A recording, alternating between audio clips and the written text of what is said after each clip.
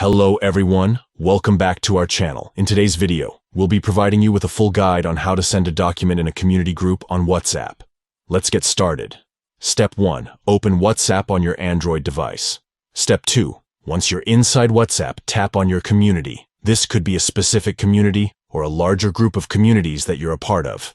Step 3. Within your community, select a group where you want to send the document. Tap on the group's name to enter. Step 4. Look for the paperclip symbol. Tap on it to proceed.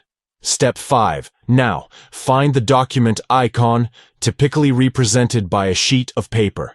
Give it a tap to access the document sending feature. Step 6. Select the document or documents that you want to send. You can browse through your device's storage to locate the desired document. Tap on it to select. Step 7. Finally, when you're ready to send the document, simply tap on the play button. And there you have it. You've successfully sent a document in a community group on WhatsApp. Sharing documents is a convenient way to exchange information and collaborate with others. If you found this guide helpful, don't forget to give this video a thumbs up and subscribe to our channel for more informative tutorials. Thanks for watching.